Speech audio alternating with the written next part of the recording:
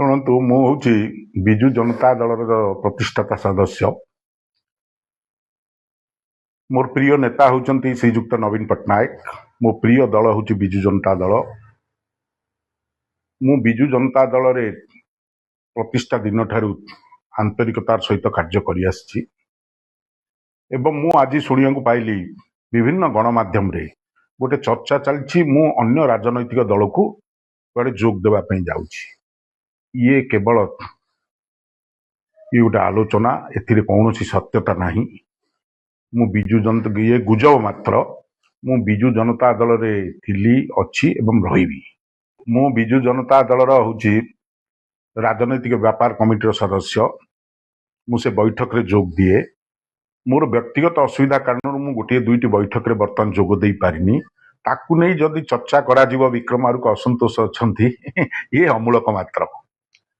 ମୁଁ ବିଜୁ ଜନତା ଦଳରେ ରହିଛି। ମୋ ପ୍ରିୟ ନେତା ନବୀନ ପଟ୍ଟନାୟକ ଏବଂ ମୁଁ ତାଙ୍କ ନେତୃତ୍ୱରେ କାର୍ଯ୍ୟ କରୁଛି, ଆଗାମୀ ଦିନରେ ମଧ୍ୟ କାର୍ଯ୍ୟ କରିବି।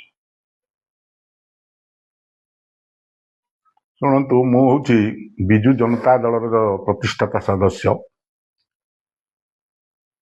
ମୋର ପ୍ରିୟ ନେତା ହେଉଛନ୍ତି ଶ୍ରୀଯୁକ୍ତ ନବୀନ ପଟ୍ଟନାୟକ। ମୋ ପ୍ରିୟ ଦଳ ହେଉଛି ବିଜୁ ଜନତା ଦଳ। ମୁଁ ବିଜୁ ଜନତା ଦଳରେ ପ୍ରତିଷ୍ଠା ଦିନଠାରୁ ଆନ୍ତରିକତାର ସହିତ କାର୍ଯ୍ୟ କରିଆସିଛି ଏବଂ ମୁଁ ଆଜି ଶୁଣିବାକୁ ପାଇଲି ବିଭିନ୍ନ ଗଣମାଧ୍ୟମରେ ଗୋଟେ ଚର୍ଚ୍ଚା ଚାଲିଛି ମୁଁ ଅନ୍ୟ ରାଜନୈତିକ ଦଳକୁ କୁଆଡ଼େ ଯୋଗ ଦେବା ପାଇଁ ଯାଉଛି। ଇଏ କେବଳ ଗୋଟେ ଆଲୋଚନା, ଏଥିରେ କୌଣସି ସତ୍ୟତା ନାହିଁ। ମୁଁ ବିଜୁ ଜନତା ଇଏ ଗୁଜବ ମାତ୍ର। ମୁଁ ବିଜୁ ଜନତା ଦଳରେ ଥିଲି, ଅଛି ଏବଂ ରହିବି। ମୁଁ ବିଜୁ ଜନତା ଦଳର ହେଉଛି ରାଜନୈତିକ ବ୍ୟାପାର କମିଟିର ସଦସ୍ୟ। ମୁଁ ସେ ବୈଠକରେ ଯୋଗ ଦିଏ।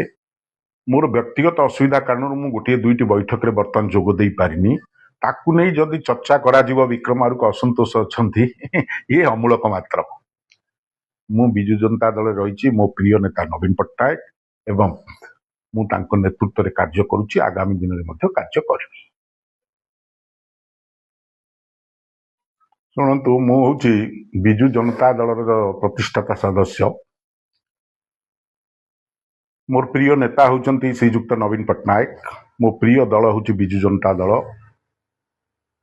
ମୁଁ ବିଜୁ ଜନତା ଦଳରେ ପ୍ରତିଷ୍ଠା ଦିନଠାରୁ ଆନ୍ତରିକତାର ସହିତ କାର୍ଯ୍ୟ କରିଆସିଛି ଏବଂ ମୁଁ ଆଜି ଶୁଣିବାକୁ ପାଇଲି ବିଭିନ୍ନ ଗଣମାଧ୍ୟମରେ ଗୋଟେ ଚର୍ଚ୍ଚା ଚାଲିଛି ମୁଁ ଅନ୍ୟ ରାଜନୈତିକ ଦଳକୁ କୁଆଡ଼େ ଯୋଗ ଦେବା ପାଇଁ ଯାଉଛି। ଇଏ କେବଳ ଗୋଟେ ଆଲୋଚନା, ଏଥିରେ କୌଣସି ସତ୍ୟତା ନାହିଁ। ମୁଁ ବିଜୁ ଜନତା ଇଏ ଗୁଜବ ମାତ୍ର। ମୁଁ ବିଜୁ ଜନତା ଦଳରେ ଥିଲି, ଅଛି ଏବଂ ରହିବି। ମୁଁ ବିଜୁ ଜନତା ଦଳର ହେଉଛି ରାଜନୈତିକ ବ୍ୟାପାର କମିଟିର ସଦସ୍ୟ। ମୁଁ ସେ ବୈଠକରେ ଯୋଗ ଦିଏ। ମୋର ବ୍ୟକ୍ତିଗତ ଅସୁବିଧା କାରଣରୁ ମୁଁ ଗୋଟିଏ ଦୁଇଟି ବୈଠକରେ ବର୍ତ୍ତମାନ ଯୋଗ ଦେଇପାରିନି। ତାକୁ ନେଇ ଯଦି ଚର୍ଚ୍ଚା କରାଯିବ ବିକ୍ରମ ଆରୁକୁ ଅସନ୍ତୋଷ ଅଛନ୍ତି, ଇଏ ଅମୂଳକ ମାତ୍ର।